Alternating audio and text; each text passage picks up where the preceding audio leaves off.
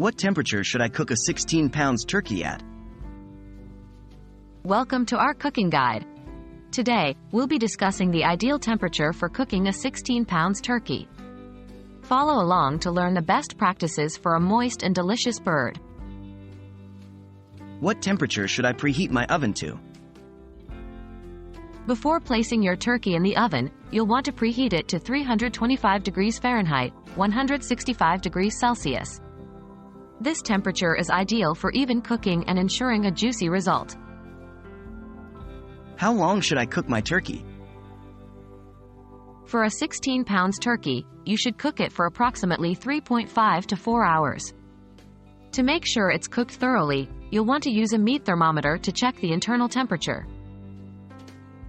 What should the internal temperature of the turkey be?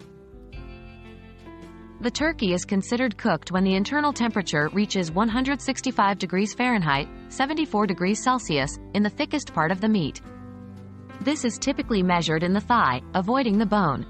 Remember to also check the temperature in the breast and the stuffing if you've chosen to stuff your bird.